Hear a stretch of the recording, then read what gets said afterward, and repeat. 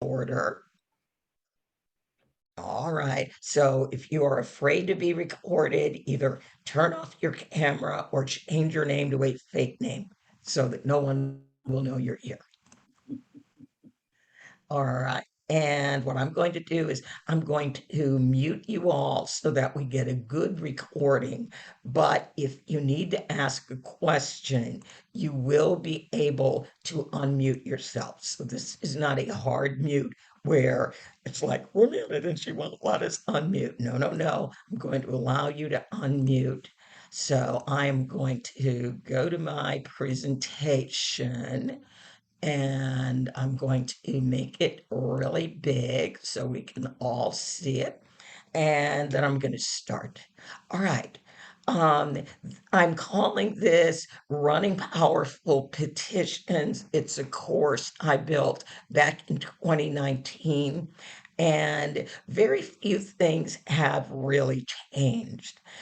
The screen you see lists a lot of companies that have petitions. So MoveOnChange.org, Root Action, Color of Change, these are all organizations where you as an individual or your organization can create a petition on their platform, send it out, and then get signatures. Every Action, Nation Builder, Action Network, Phone to Action, Salsa requires that you have an account and then you can create petitions. Now, why do we use petitions? Well, we use them for a number of reasons. Number one, we use them to educate the public, our friends, people we know, and even people that we don't know about an issue that we care about. It's a quick and a very simple action for people to do. Normally, on a petition, all people need to do is put in their first name, their last name, their email address, and their zip code, and then they're good to go. Also, petitions are very easily shareable. So someone may sign a petition and go, wow, the people that I'm in this club with, we were just talking about this the other day. I bet they would sign this petition too. And then people just send the petition over. If you are an organization, petitions are very useful to build your email list and to build your base. And then number five, petitions, if you're able to get several hundred, several thousand, several 100,000 signatures, that shows there is a lot of support for your idea, whatever it is. All right, now, we just did the lobbying course, Lobbying 101. So, when are you going to use petitions? And I'm going to start saying digital advocacy. Well, you're going to use it at the introduction of a bill. We've been working for a year and we finally got a legislator to introduce our bill. Now we want everybody to know that that bill is out there so that they know, oh, the bill is out there. Let's let all of our friends know and to help people that we support the bill. You will also definitely want to do a digital action when there is an impending vote. Now, most bills are going to have at least two votes. Normally, there's going to be a committee vote by the committee of jurisdiction. When there's that vote, you're going to want people to contact every member of that committee. Now, normally, when you contact legislators directly, you're frequently going to be contacting just your member. When there is an impending vote, everybody that sits on that committee that can vote for that bill and move that bill forward is an eligible target. So that's why if you watch our letter campaigns, our direct email advocacy, sometimes there's a whole bunch of people on it. That's because we are going after either all the committee members or selected targets on the committee that is going to vote to move that bill forward or kill it. So when they say a bill died in committee, what that means is not enough of the members of that committee voted for that bill to move it forward. Sometimes there may be something that occurs that's in the news, and then this is an opportunity to do another digital action and bring people's attention to your cause. See, that's why we really need to do that. Voting rights, as all the bad voting laws came about in first Georgia, then Arizona, and then Texas, and ultimately in 40 other states. This gave us news cycle, real reasons why the For the People Act, the John Lewis Voting Rights Advancement Act, and DC statehood were very important, and it's important now. Look at what's happening to our democracy. We must have the freedom to vote. And then also, whenever you believe you really need to educate, agitate, and then activate people. If you are, no, there's going to be a committee vote or a floor vote, and we're going to want people outside the state house, DC, whatever it is, when that vote happens, well, you're going to want to amp people up. Oh, that bill, it's still moving forward. Okay, yeah, I'll sign the digital action. It's going to be on Monday. I don't normally work on Mondays, so maybe I'll go down and attend the event. So this is your thinking about your digital activities as it relates to lobbying your legislator. Sometimes you have to lobby your friends, your neighbors, and the members of the public. And the easiest way that we do this now is through digital actions. All right, now, what's it look like? What are you going to put in it? Um, when you have a bill that is just being introduced or you're trying to get it introduced, you're going to want to put together something that provides the background and will help build support. And then you're going to invite, if there's other organizations who basically have the same beliefs that you do, you're going to want to ask them, do they want to get in on the fun? And then when you delivered your digital action, if it's a petition, then work with your partners on, now we're going to deliver this to the speaker of the chamber or the majority or minority leader or the whips. We're going to show them, look, we told you there was support out there for this, and now here it is. Here's the information. Now, in the 21st century, do we bring paper? No, we don't. We didn't even bring paper in the latter part of the 20th century. What we would do on a petition delivery is, those cardboard moving boxes. We would get the cardboard moving boxes. We would wrap them up. We would have a big picture of an organization, like a logo, and we would put it on the front and the sides of the box. And then if we had like 10 or 12 organizations, we would then pile all the boxes up and drop a thumb drive in one of the boxes. And then we'd have a press conference and a photo op with all the boxes as our backdrop. So we are showing all the organizations that support whatever it is that we're trying to do.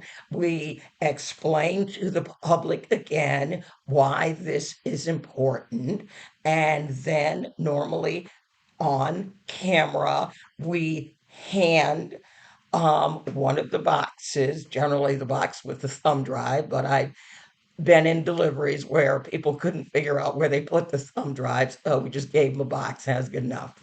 And then now they've accepted that. Now, we've gained media attention, and so now they know there's support. And then we go to the next level. We are lobbying our legislators. We may be calling them. People may be visiting them in their local offices, not the state capitol, not DC, but not everybody can go and do that. So now we go to direct email advocacy, where we create a letter campaign, and people now have to put in their name and their address, proving that they are a constituent of that legislator, and then they can send an email directly to that legislator. So we're going to be looking at building both. And then once we now have a nice long list of people who have signed petitions, done direct email advocacy, now we come back and we do the big ask. We are going to have a call in day on Wednesday, September 15th, and we need everybody to call their legislator. All right. So we went from a petition where we don't ask them your name and your email address. We're building our list. Then we went to the bigger action. Now we want you to email the legislator. We wrote down what you're going to say. You don't have to figure that out. But now they've got to give a lot more information. Now that they've parted with all that information, now we come back for the big ask.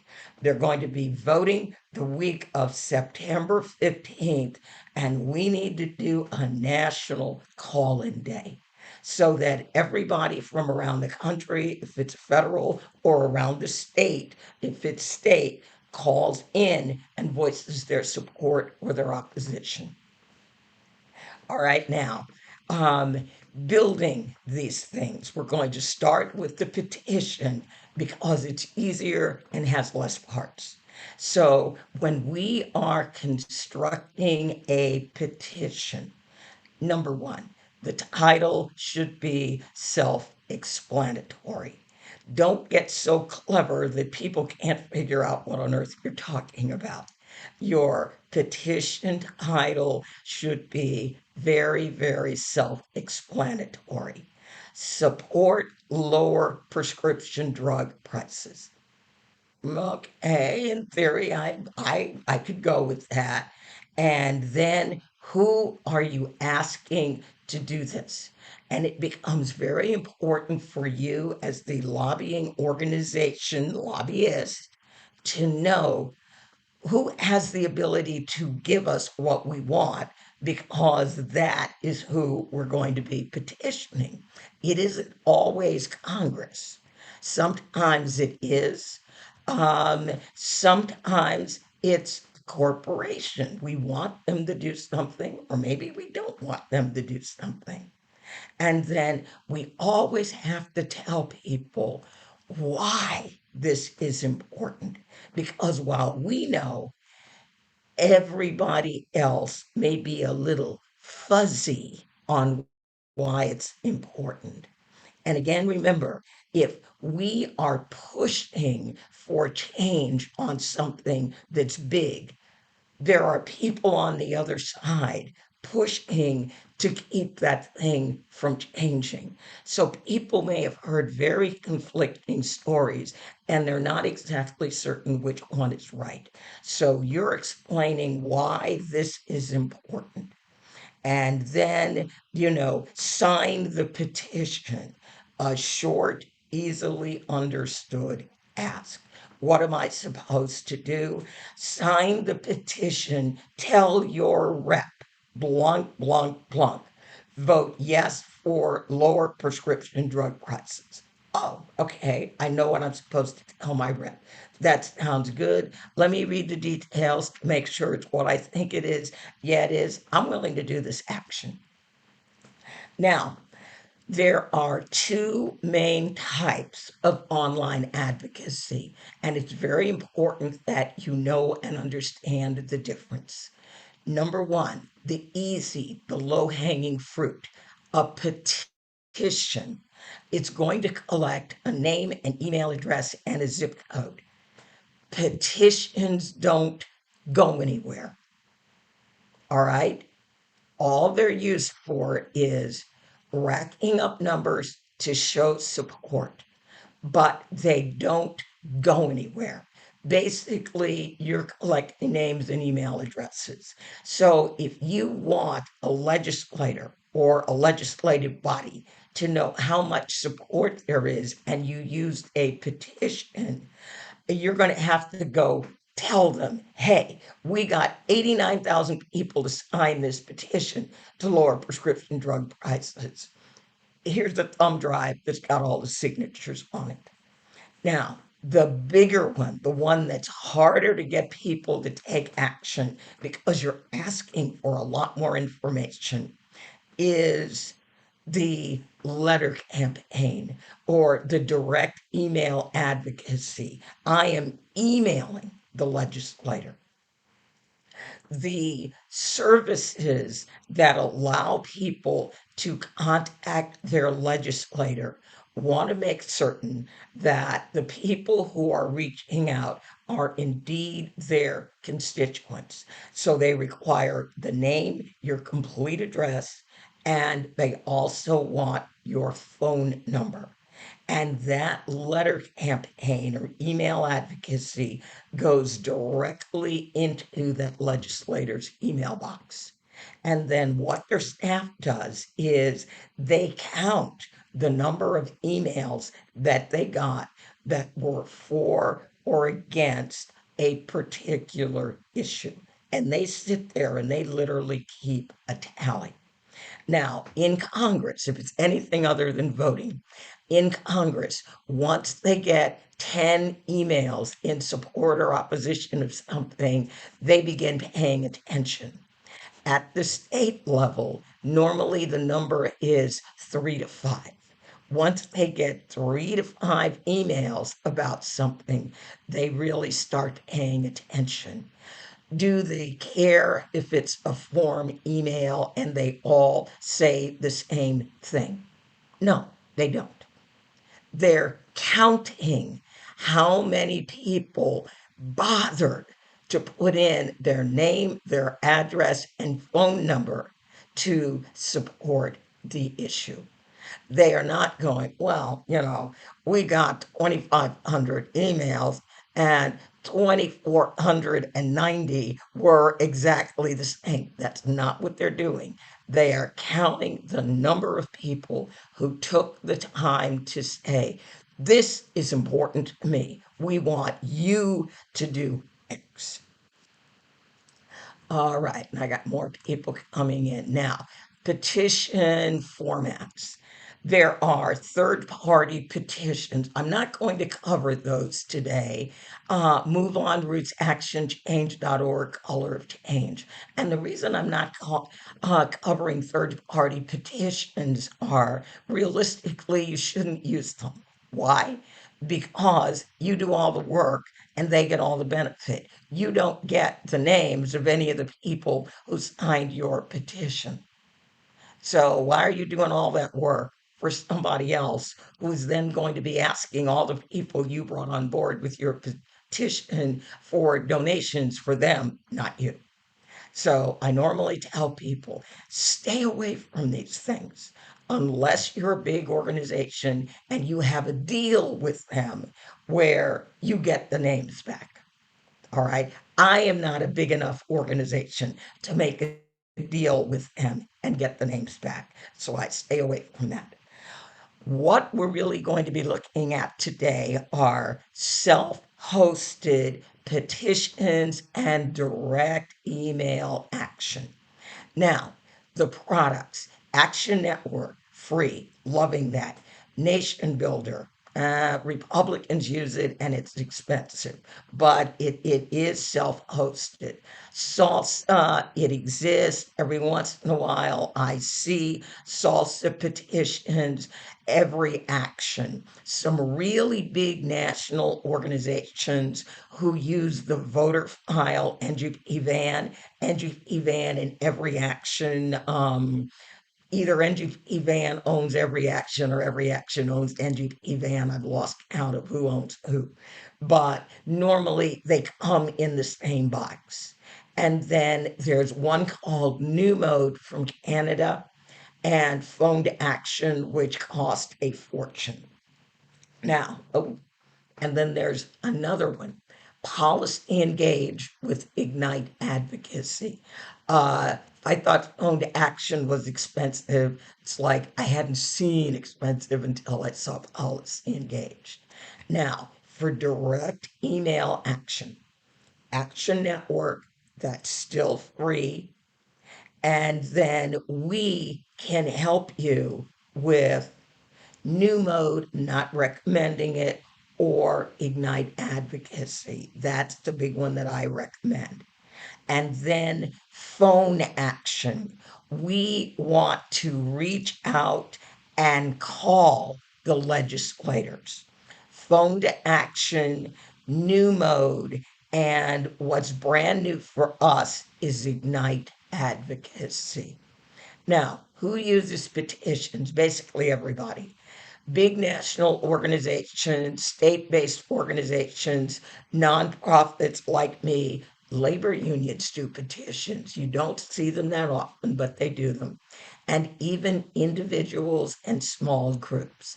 The Virginia Green New Deal, they use Action Network. And so, as they are ramping up for a legislative cycle, they will send petitions and letter campaigns to get people to write their state legislators. And now, self hosted. The petition, as I said, people only have to give their name, their email address, and their zip code, and they're done. Once you do a petition, if you get one from the same organization, it'll be like, oh, yeah, hey, just click the button and you sign. That's why a lot of people like petitions. Once they've signed a couple, it knows who they are. Click the button in like 5 seconds, you've signed petition and you're off. For the organization or the individual, you are building your mailing list. And if you're a organization like our C4, People Demanding Action, where we had 9 issues, every time we created a petition, we built a tag. So we knew this is the issue where we are building support for this issue. So the next time we were going to do a petition, we would target it directly at people who had signed a similar petition previously. And then we're getting ready, once we've got these petition signatures, the opportunity to do a press conference. We have collected 1 million signatures in support or opposition of XYZ. We also now have the opportunity to deliver those petitions to party leadership, caucus leadership, or the whip, or maybe the lead sponsor of our legislation. Now, national partner petitions, what do they look like? They look like any other petition, they just have a lot more signatures on them. So when you look at this petition here, 191,000 people signed that petition. Stop Trump's tax cuts for the wealthy and corporations. Now, here's a state based petition by California Clean Money Action Fund. So, state petitions normally have significantly less signatures, but they do exist. Labor does petitions. This is an Action Network petition. Now, why do I love Action Network? I love Action Network because labor built it. And because labor built it, they also heavily subsidized its use. So that's why, for progressive activists, they allow us to use Action Network for free. All right. It was not built by a for profit corporation like Nation Builder or Salsa. They need to make money on their tool. Action Network wants progressive voices to get to other people and or legislators. All right. Also, Action Network only allows progressive organizations to use their tool. So let's say a right wing organization said, you know what? Well, we kind of like the way that Action Network thing works. And we're going to want to become a corporate partner, meaning they are willing to pay for using the tool. It's not that much they're willing to pay. Before you get a corporate partnership, they are going to investigate you on social media and every platform they can think of to ensure that they are not allowing the fox in the henhouse. All right. You have to apply to be a corporate partner.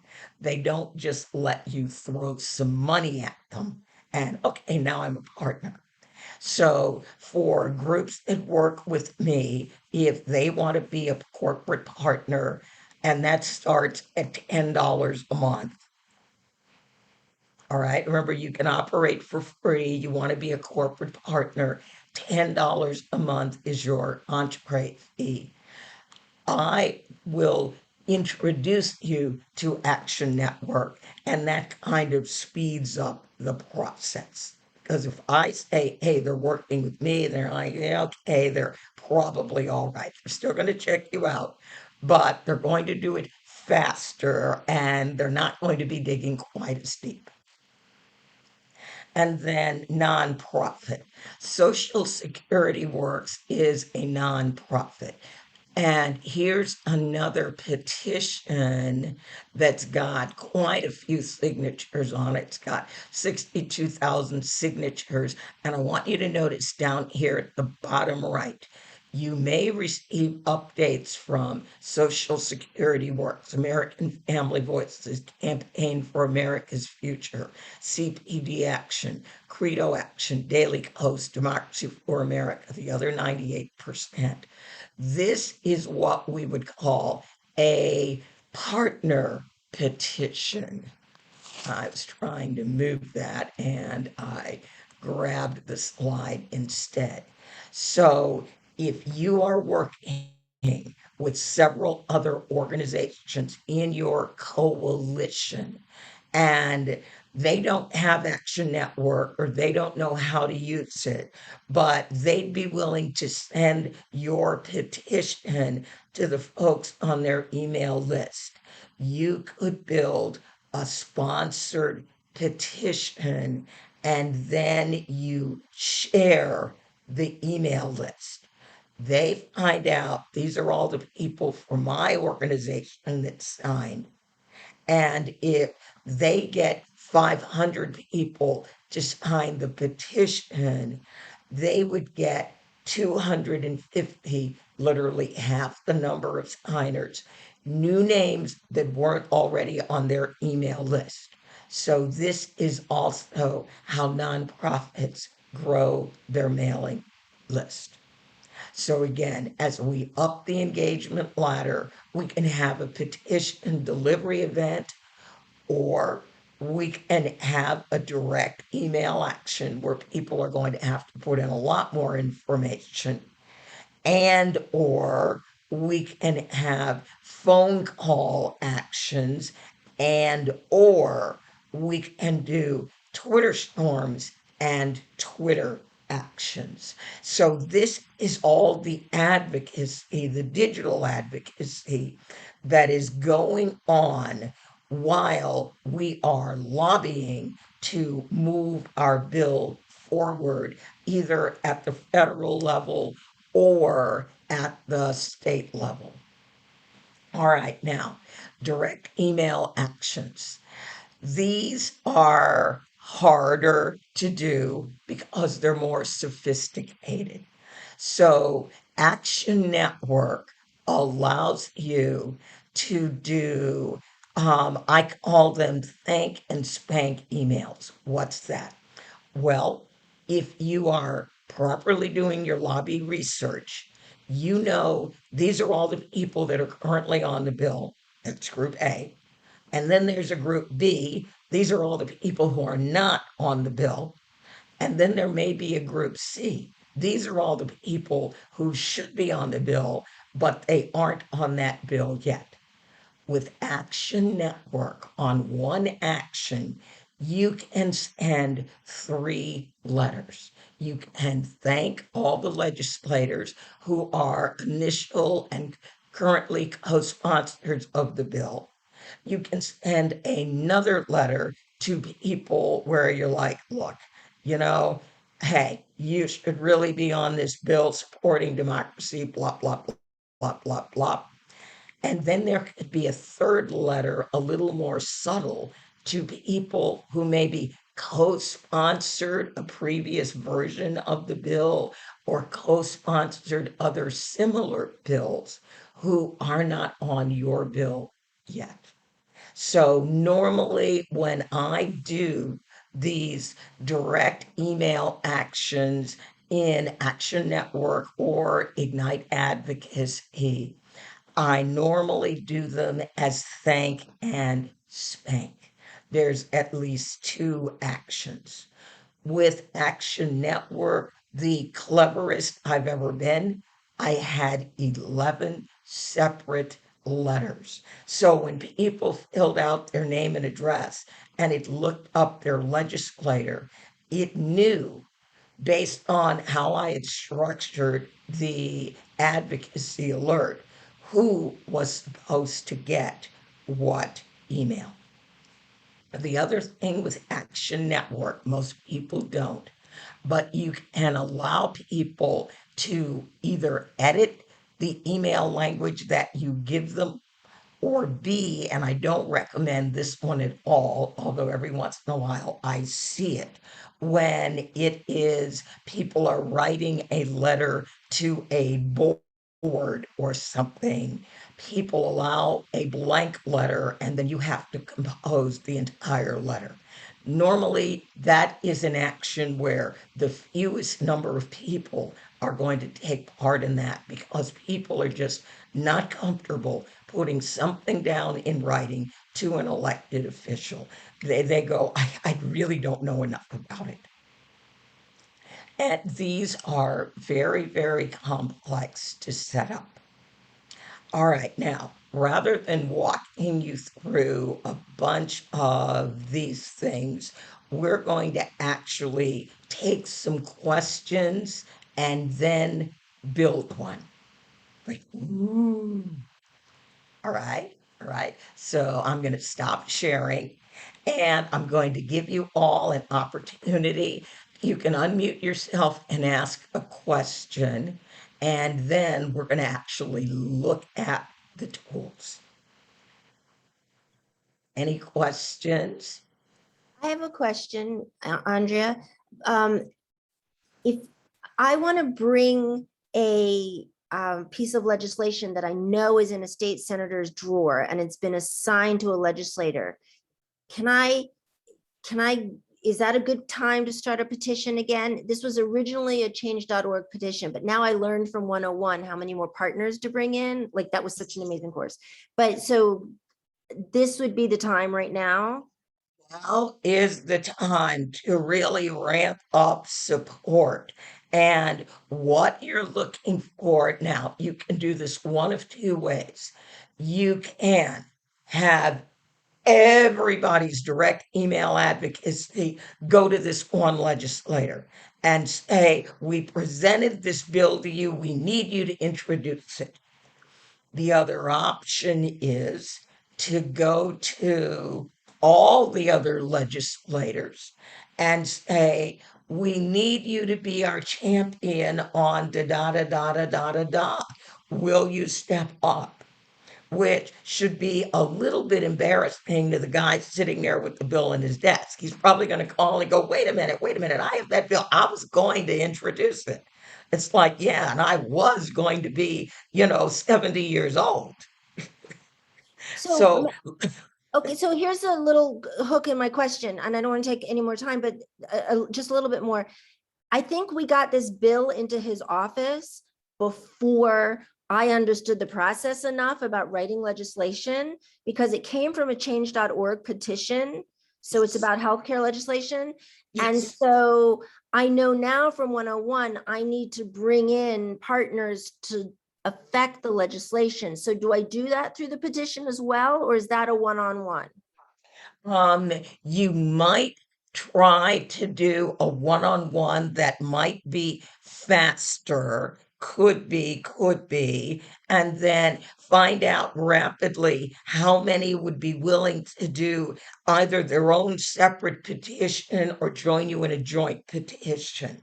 When you've never worked together before like that, this is kind of a let's get married on this second date. And people are like, what?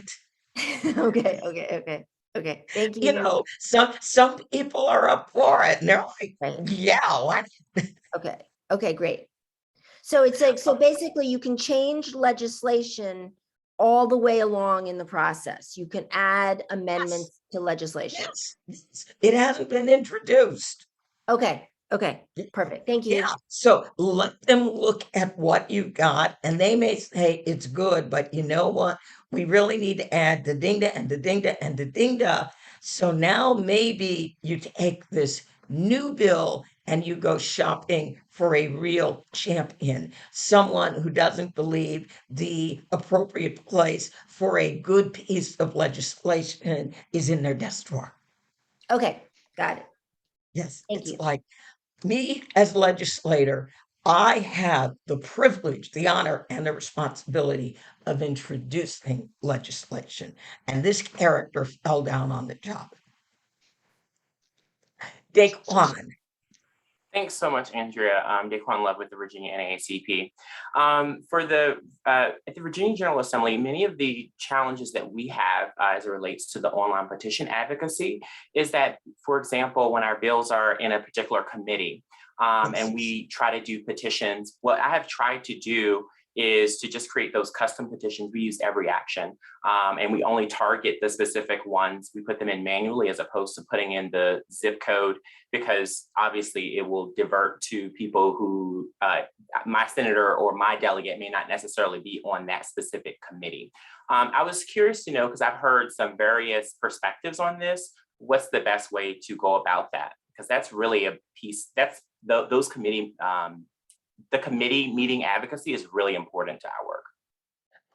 because if your bill dies in committee, that's it. It's not going anywhere.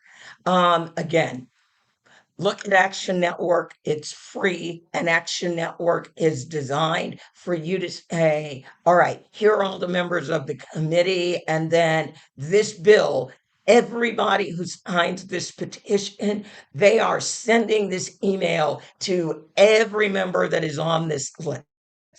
Action Network can do that, and then we can also do that with Ignite Advocacy. Perfect. Thank you so much. You are very, very welcome. Deb. Thanks.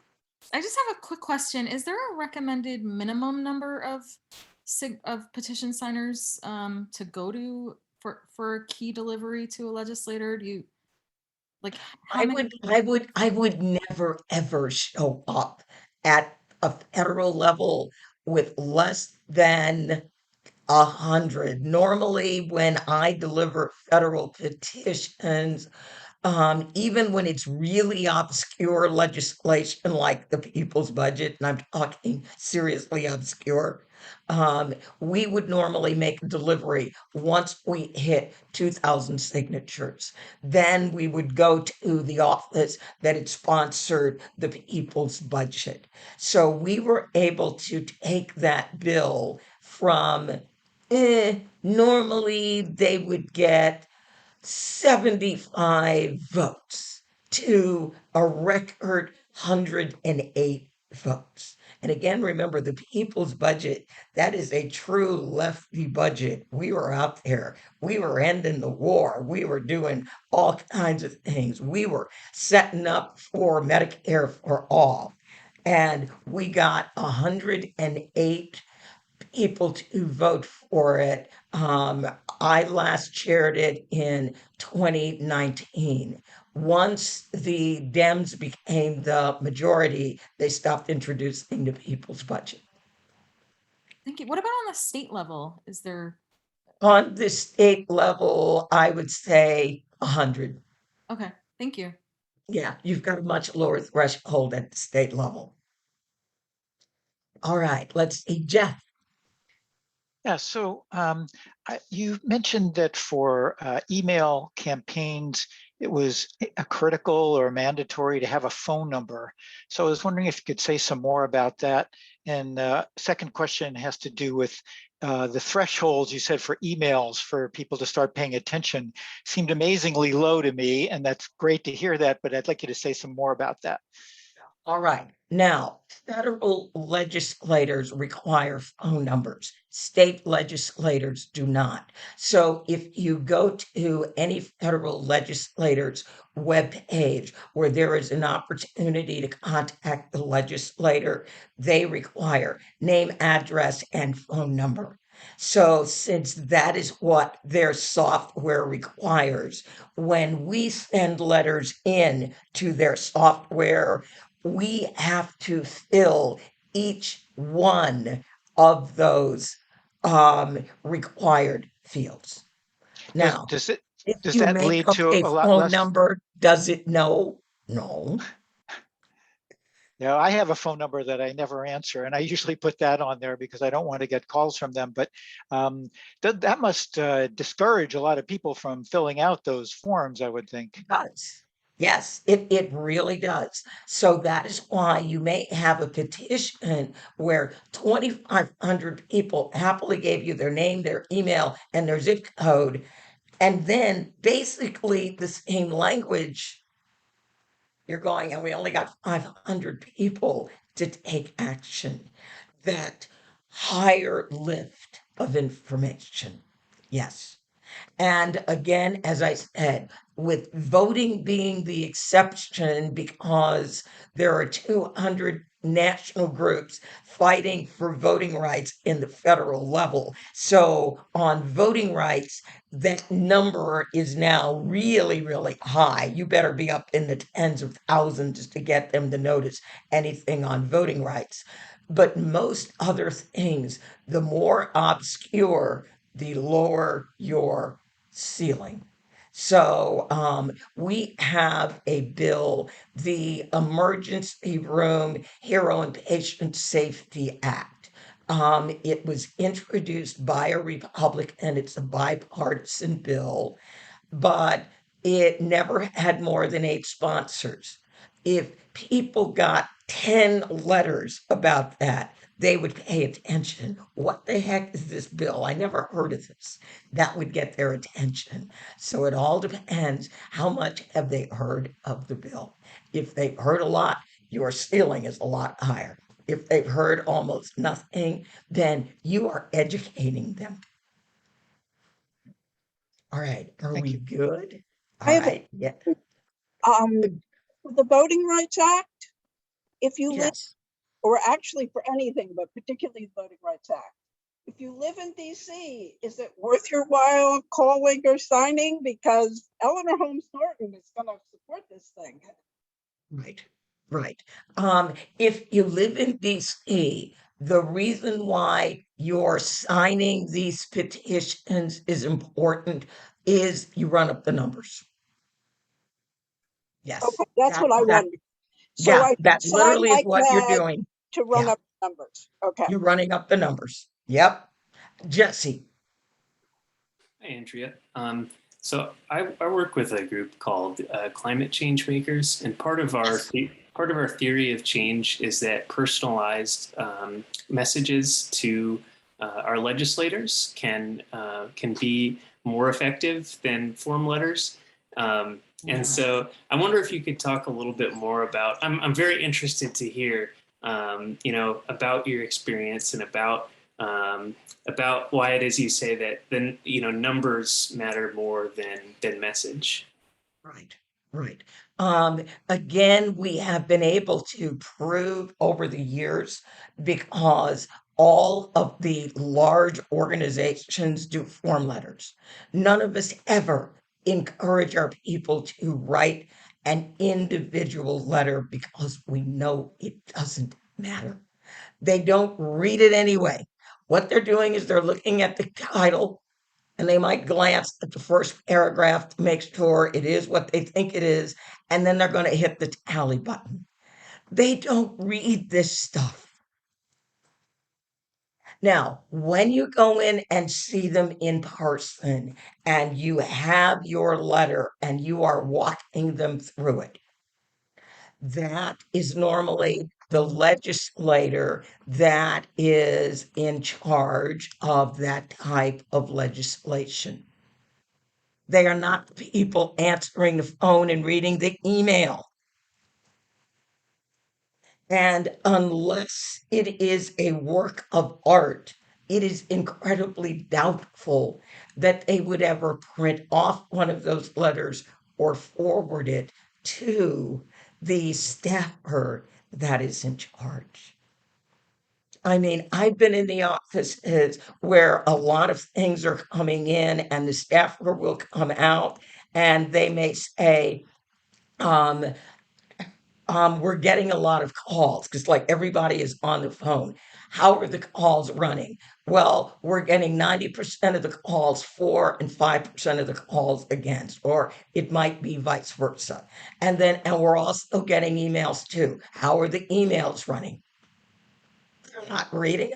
Are they for or are they against? Their finger is up in the wind if they are truly undecided and have no previous position on the issue.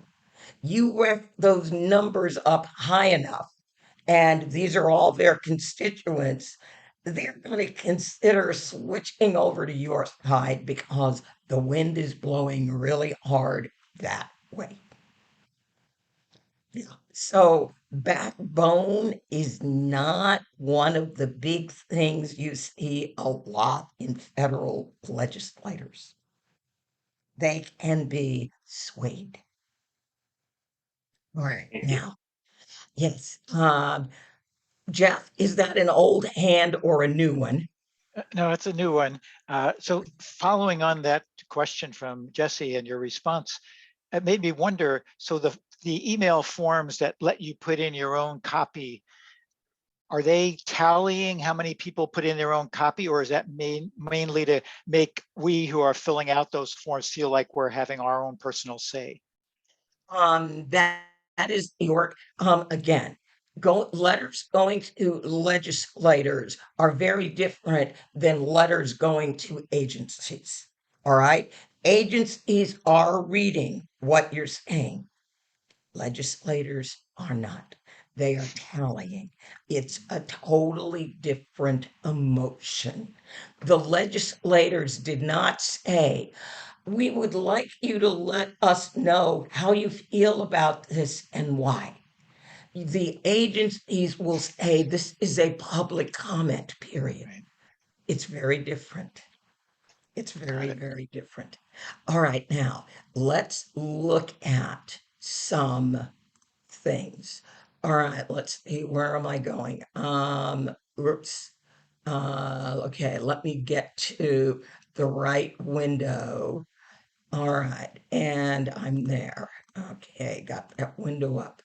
This is currently the industry standard in um, contact with legislators. We will be releasing this very shortly. This is obviously a letter campaign where I'm going to be writing my elected representatives, and you know that based on the very large requirement of information that it's asking me for. So we wrote this back in January, anticipating the introduction of the John Lewis Voting Rights Act, which will now be introduced probably sometime in September. So I've explained to the system, I'm me, this is where I live. Next. Whiz, whiz, whiz. This is going to the House. Based on my address, it is figured out that Robert Whitman is my US legislator. Now, from this one page, I can tweet. All I need to do is sign in with Twitter. This is the tweet that would go to Rob Whitman. I can edit this tweet if I choose. And then I have an email where, dear representative, it'll fill out his name when I send it. As a voter in your district, very, very, very important when you are writing to your own legislator. I can vote for you or not. As a voter in your district, I am showing you my power. I am asking you to please support. And again, on the first letter campaign, we are going to be nice and polite. And now we tell them why this is important. All factual information. I have policy people, that's what they do. They write these, and then protect my right to vote. We're going to change that. That will be protect my freedom. This guy's a Republican, so protect my freedom to participate in our democracy, support the, and then your constituent, reminding them again, I can vote for them, and then there's my name. Now, call. I can also call him. If I do this action on my phone, that number is hot. When I click that number on my phone, it dials that representative. And there's my script. This is what I'm going to read. Or again, I can add some extra things. And when they drop that bill, they will be counting. Again, since most Republicans are really against, they're never going to say this, but Black, brown, indigenous people voting, they are probably not really going to support it. But if we don't ask, it's on us. If they don't do it and we ask, then it's on them. So I learned a long time. I never, ever wanted it to be on me when I had a legislator tell me, well, if you had asked, I really would have considered that. So I was like, all right, lesson learned. I'm always going to ask. So this is Ignite Advocacy. Ignite Advocacy costs $30,000. We have it, again, if we are in support of a piece of legislation, we will work with you and build the Ignite Advocacy. And notice, other than the company that's providing it, Policy Engage, there are no other logos or anything else on it. And we keep it unbranded so we can use it for other organizations that may have a need. This is also the tool where we can address a email to an entire committee or select members of a committee so that everybody that takes part in it actually ends up sending it to everyone that is on that committee. Let me take a look at my widgets, and I should have an old one that is committee-wide. So let me get rid of this John, and this will be a Virginia one. So I'm going to go to the last page and work my way forward. This one should be it. Virginia abolished the death penalty. And then let me make sure that I am sharing it. Yes, I am. All right. And it makes me fill this out every time. This is at the state level.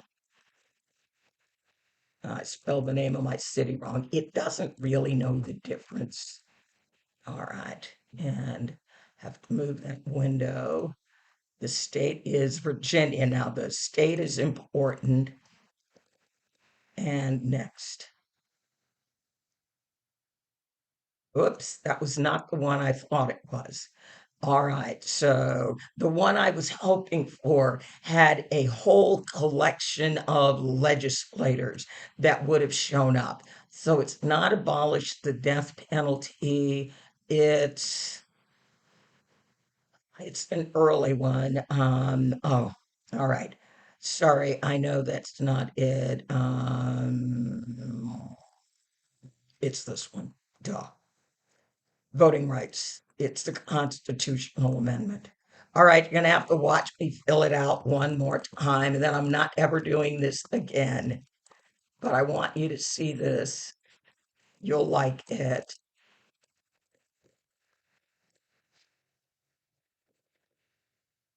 Again, it just needs to look like a real email address. It doesn't know the difference. Next. And here we have all the Democratic members of the committee.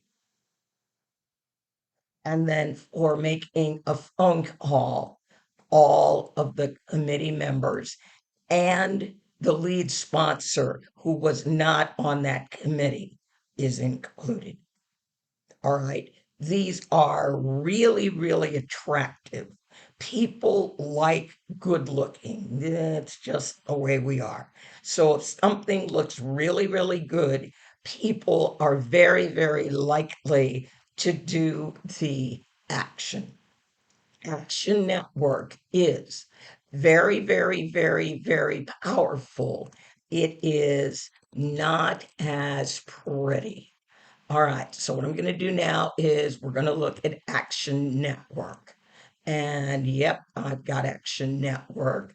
And we're actually going to create one in Action Network. Remember, Action Network is free. When I get done with this class, if you like what you see, you can go to actionnetwork.org, sign up, and then begin experimenting with Action Network. These are all the things that Action Network does. We want a letter campaign. So I'm going to call up the letter campaign, and it's going to work very slowly because I'm in Zoom. Let's try that again. Okay, go get the letter campaign, please. There we are. So the title of my letter campaign, Support the John Lewis Voting Rights Advancement Act. Now, do I want to target both houses of Congress, or do I want to just do the Senate or the House of Representatives? I can also do US governors, and then on state legislatures, I can do their lower house and their upper house, or only their lower house. All right, now this is probably going to pass in the House, so I'm going to say US Senate, please. I can then add a banner if I wanted, and I'm going to just grab the text from the other advocacy alert. and put it in here. All right, so now I've got some text. Now I'm explaining to people why this is important, and I'm putting my name on it as the creator. All right, now, if you wanted to know more about these people, other than their name, their email address, their city, state, and zip code, you can edit the form and then add in more pieces of information. Like you could ask people, would you like to lobby on this bill? Whatever it is, would you be willing to make phone calls? Whatever you think is important, while they're filling all this out, they might as well check a couple of boxes and tell you what they'd be willing to do to help support your effort. Maybe they're not willing to do anything, maybe they are. So now that's phase one, and you'd normally hang a picture in it. I'm not going to do that. Now, here's phase two. Give your activist letter writing tips. All right. First letter writing tip. Let's see. Here it is. And let me paste that in. You can use our sample letter, or you can write one of your own. All right. So I'm going to present people with a sample letter. I like to put a line in, and then I'm going to grab the text from the sample again, just so that you don't have to watch me type. All right, and just here we go. I'm just grabbing some text. You may not be as lucky as me with someone who has already done the research and written the text. That might be you.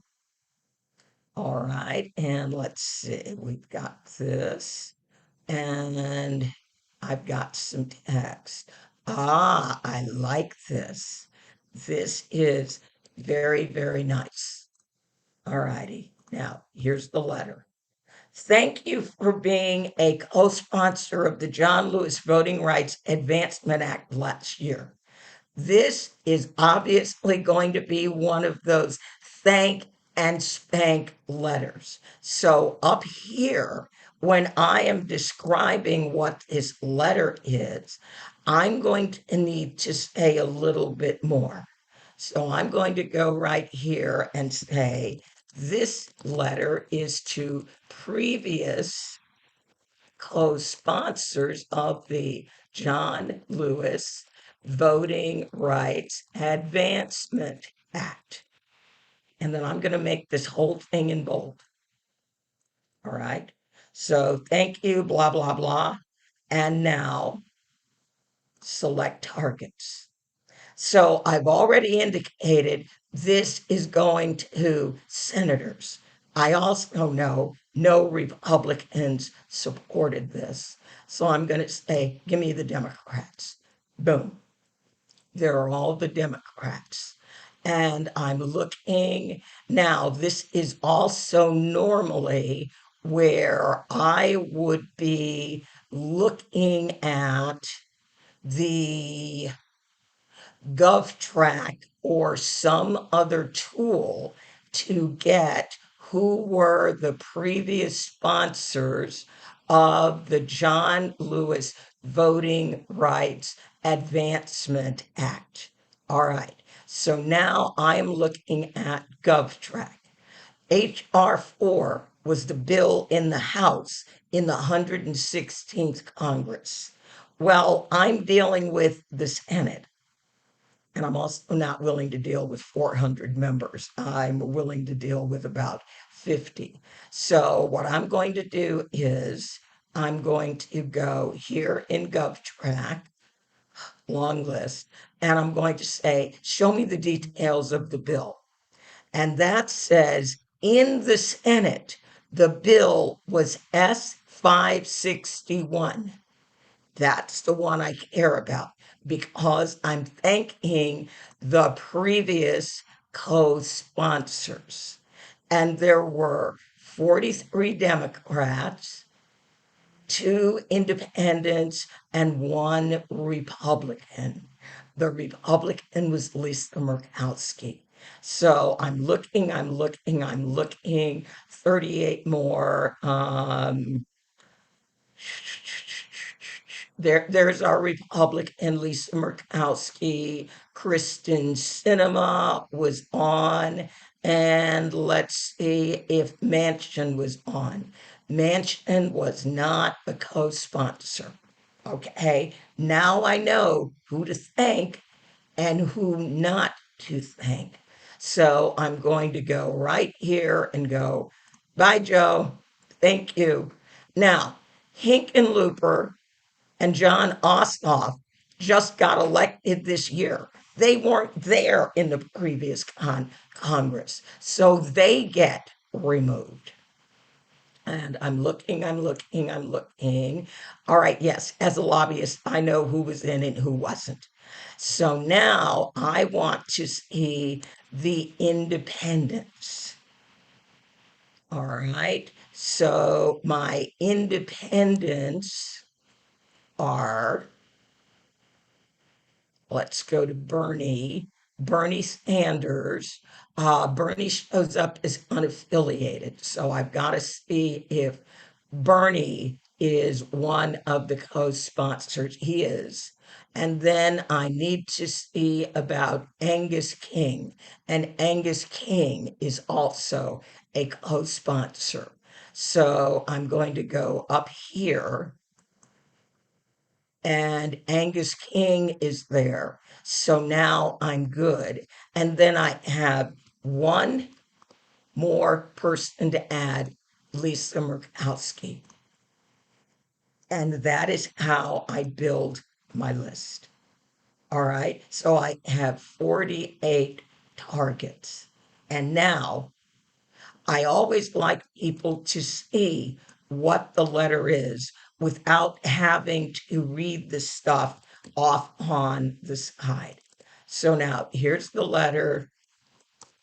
Thank you for, oops.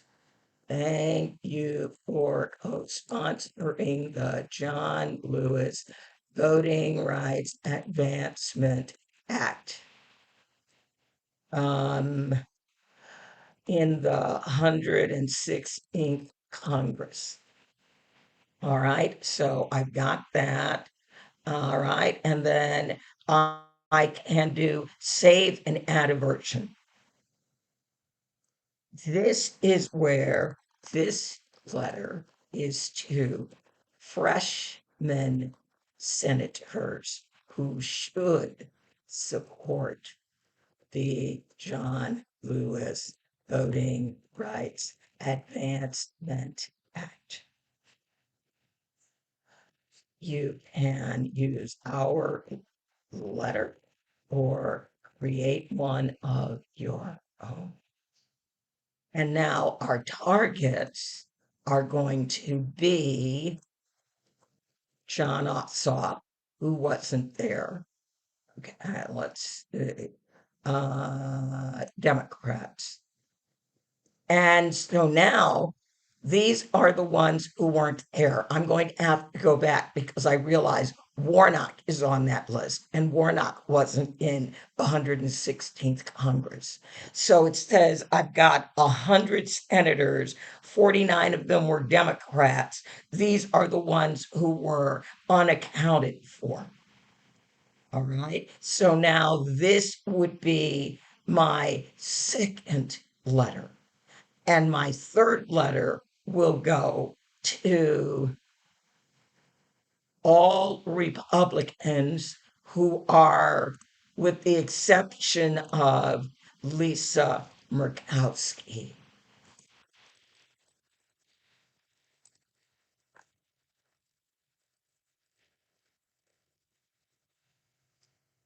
support the soon to be introduced. And then text goes here, whatever that text is going to say. And then finally, my third version is going to be, this is all Republicans who did not previously support. And then the standard, you can use our letter or write your own. Republicans, Lisa Murkowski is not going to be there because she's already been used in the other letter. And this is how we build this out in Action Network. It's know your targets, have the text of the letter,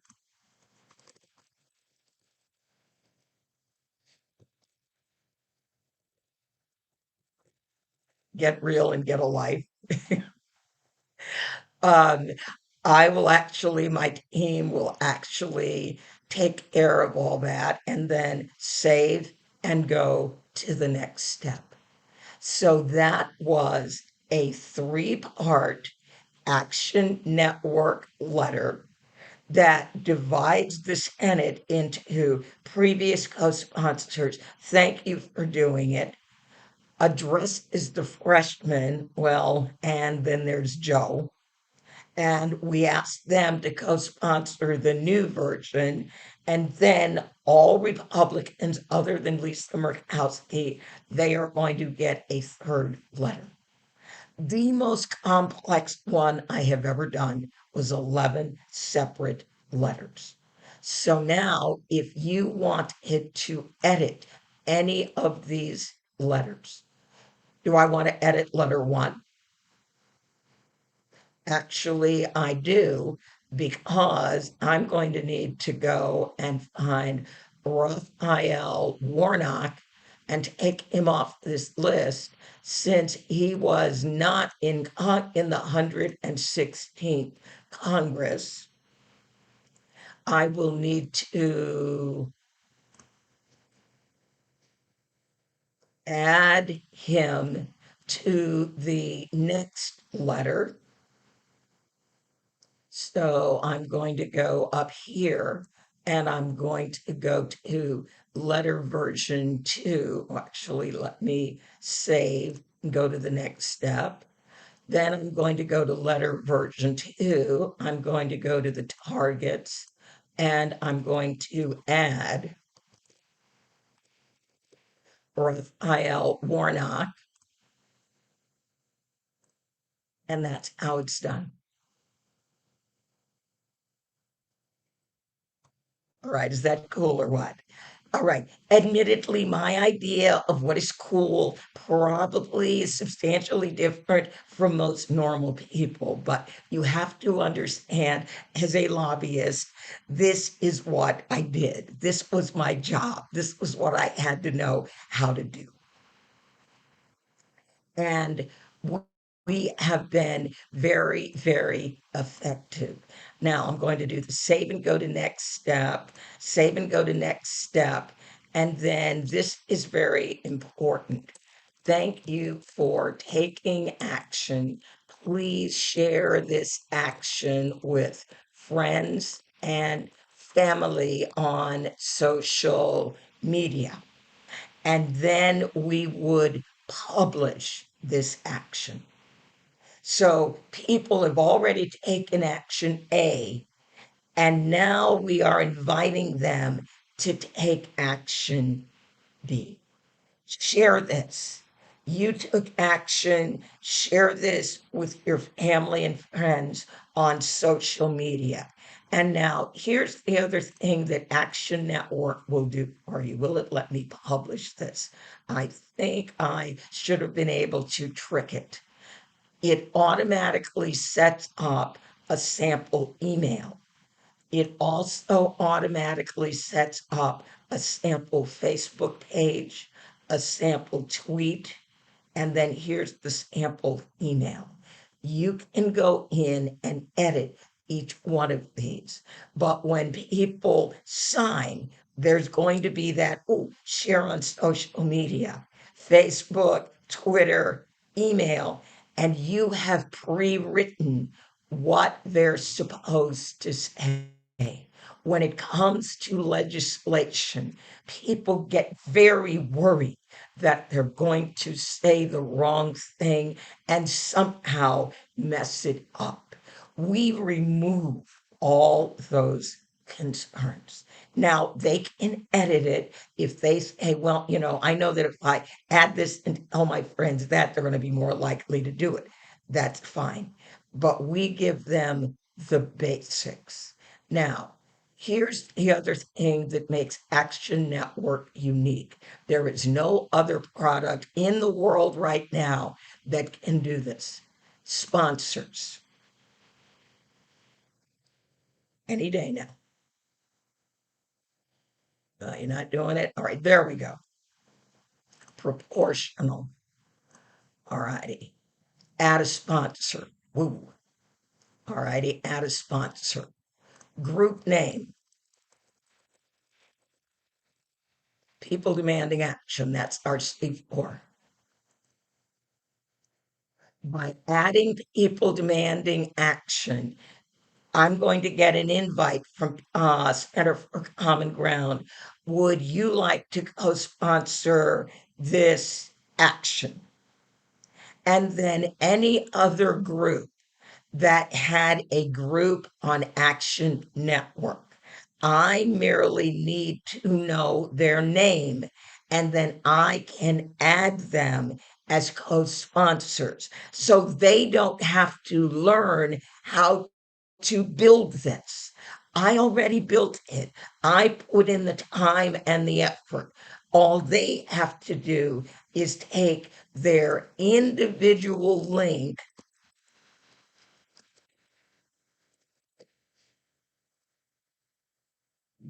And here are my democracy centers.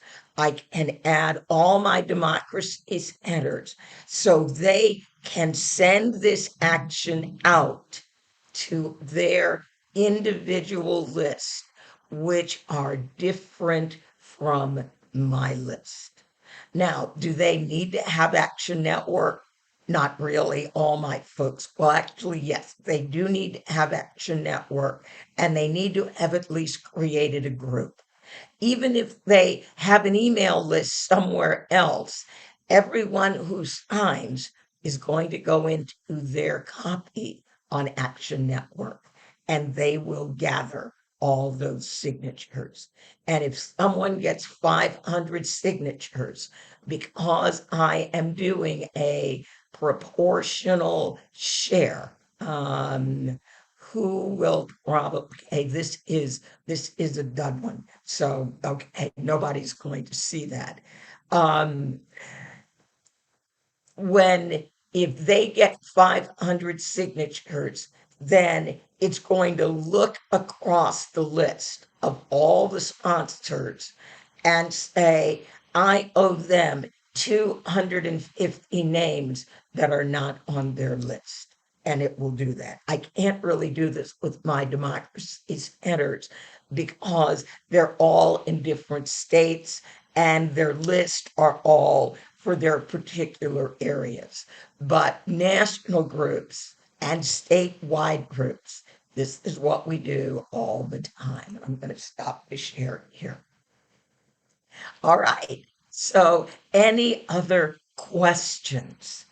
If you want the big fancy night advocacy, contact me. I'm going to stick my email directly in the chat. You can email me, Andrea at centerforcommonground.org. All right, you can email me. And Natalie has a question. How useful is personalizing a form petition letter? You would end up, you can't do that with petitions. You can do that only with the email. And you would have to decide how many versions of that email are you willing to create so that anybody that was in that legislator's district would get a very personalized letter saying, in the past, you sponsored actions about blah, blah, blah, blah, blah, blah, blah, blah, blah.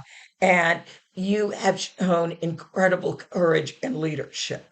Periodically, I will have letters like that to certain Republican legislators that I know. I will pull them out of the big Republican pile of, I know you're not going to do this. I'm really just writing to you because I kind of feel I have to. I love it when there are some people that I can pull and do a more personalized letter. If you wanted to write 100 individual letters, Action Network would let you do it. Man, Um, when the member of the legislature gets it, yes, it looks the same as if I just sent an email, or does it look like yes. obvious form? Um, it's it looks like they got a regular email. On their websites, you can only send them a form email. So if you've ever been to a Senate website, any senator name, .senate.gov, when you go there and do the contact the senator, you're going to be filling out a form. All their emails look like form letters. Thank you. Deb, For the sponsor thing that you just showed, is it yes. do you recommend like we invite like other groups that make sense to work with us, or or contacting them first outside of Action Network and You making you you you want to contact them first. And if they're not familiar with the concept, all the big national groups are because we've been doing this. Action Network invented it for us because it used to be a real pain. Somebody had to sit there, often it was me, going through a hashed list and going, all right, here, they don't have this name, they don't have that one. So they built it into their program, so it's automatic. You may need to explain to people how this works and make sure they understand this is an email swap. And that is also why, whenever organizations do this, number one, Action Network automatically pulls their logo from their Action Network site and runs it down the left hand side. These are all the organizations that are sponsors. And then normally the organizations, they create a little disclaimer box that says, you will automatically be signed up to an email list of no more than one or two, whatever it is, of our partners. And then they list all the partners. Thank you. So, yeah, there's a lot of explaining, disclaiming that we have to do. And some people may say, we can't share anybody on our email list outside our organization. And then other people are like, we're going to grow our list. I grew the people demanding action list. That started in 2015. I grew that list from 189 people to 494,000 people using petitions, forms, and direct email advocacy. And I'm a Daily Host partner, a Social Security Works partner, a lot of those big national groups. Either their executive director sits on my board, or I've lobbied with them for years. So it's all personal relationships. But this is a mutually beneficial personal relationship. Your list is growing and their list is growing. Nobody's taking advantage of anybody.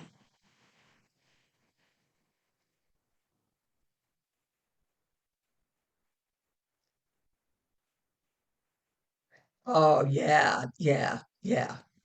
Yep, yes. Yeah, the Georgia Purge.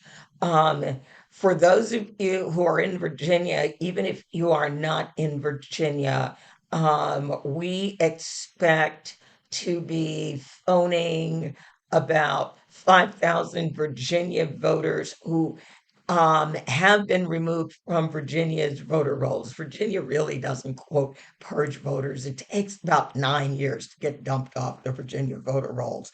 But every once in a while, people get dumped off accidentally. So we've already texted the people and they've indicated an interest in getting back on. So we will be running phone banks to do that. So again, you'll find all that at Center for Common Ground. Yes.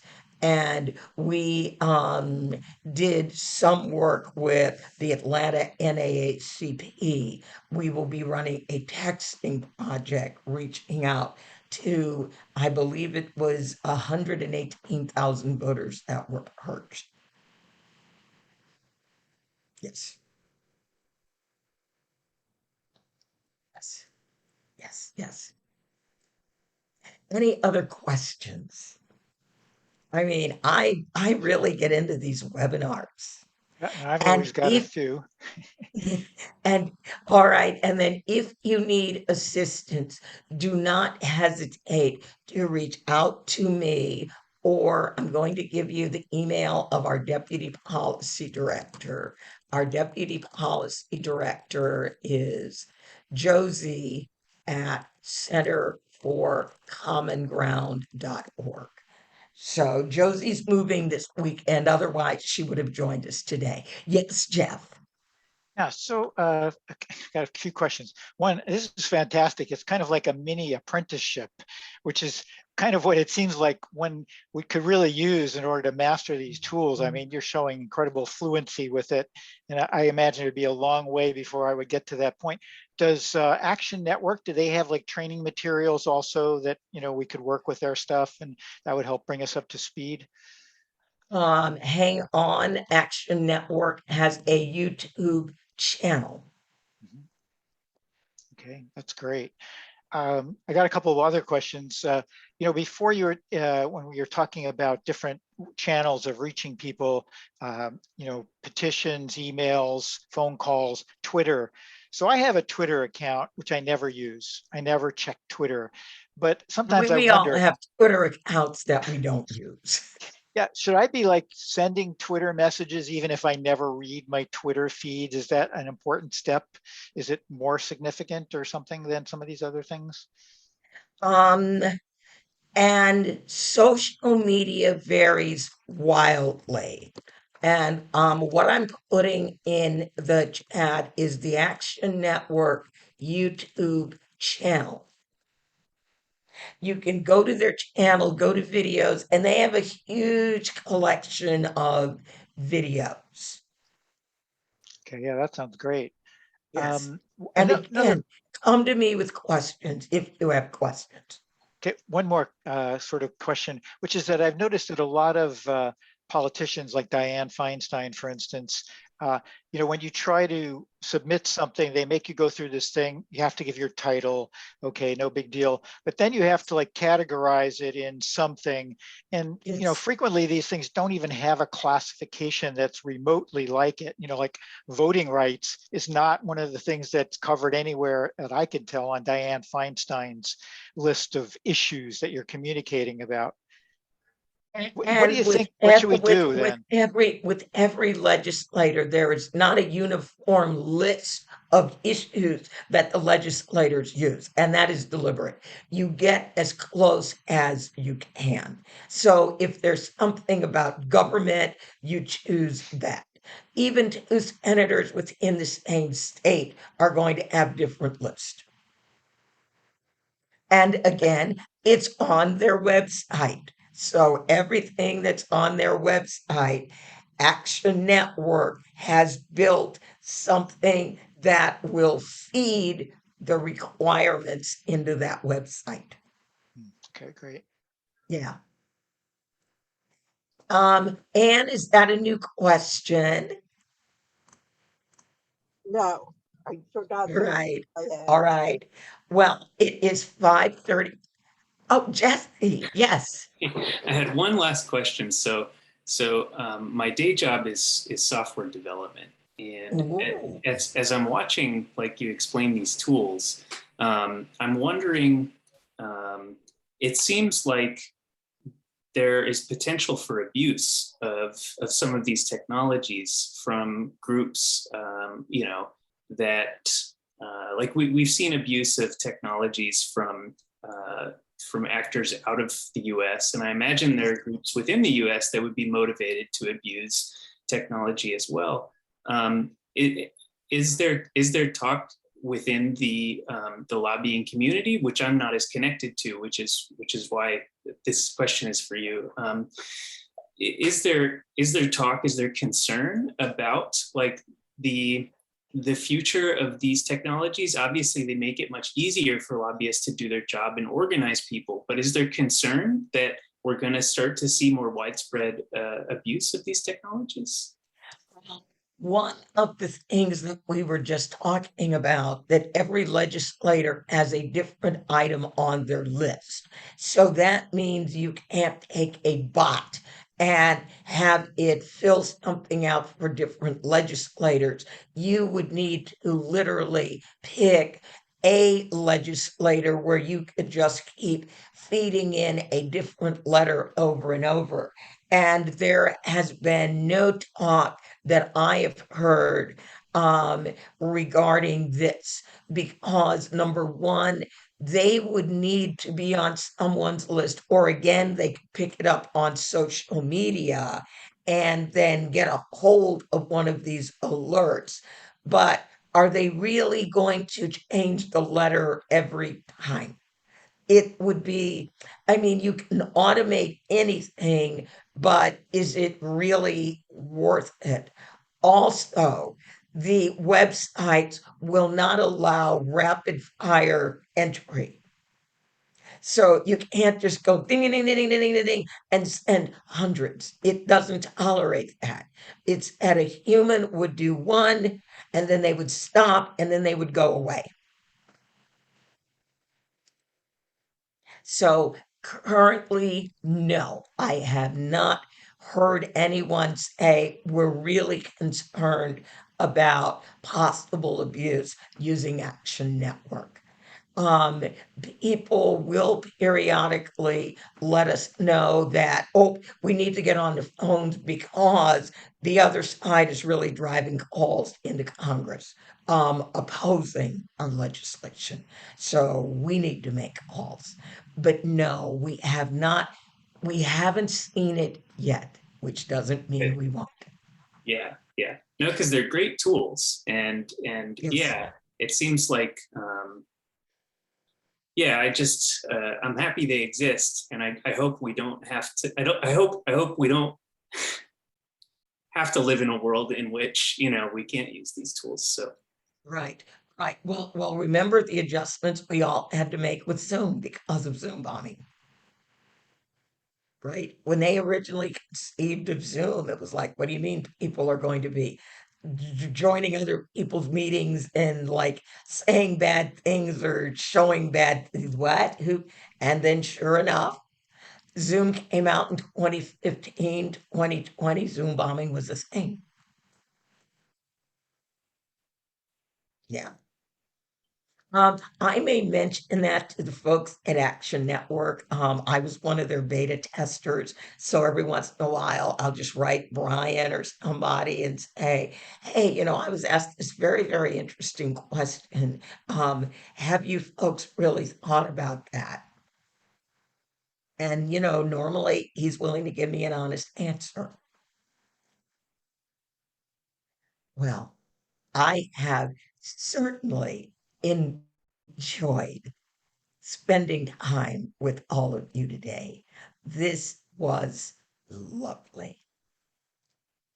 So, again, if you have questions, don't hesitate to reach out to me on the lobbying, talking to people side, or beginning to use the tools. I'm going to recommend sign up for Action Network today, go into a letter campaign, and then just start poking it.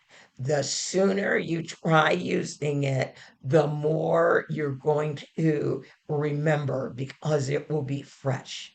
By the time you do your third direct email advocacy, you will be feeling very, very comfortable.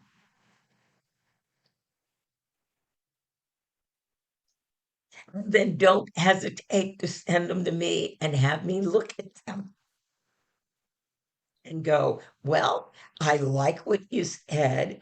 Um, do you only want to send it to, this, or maybe you want a second or a third or a fourth letter? And, that's what we want to do. We want to be as impactful. And oh, now one of the new things that we are doing, we are invested. We brought in a tool called Outreach Circle, which allows us to take things that are on the web at the web page level and then bring them down to a phone where they're more easily shareable. A lot of older people don't know how to take things from the web and get it down to their phone. Um, Young people tend to scoff at things that are on the web, as one of them told me, oh, wow, you have it on the computer. That is so 20th century. What do you want? I'm old. So now the new tool Outreach Circle allows us to take all of our advocacy alerts, bring them down to a phone where people can take action and then share them via email, via text, or any app that they like to use.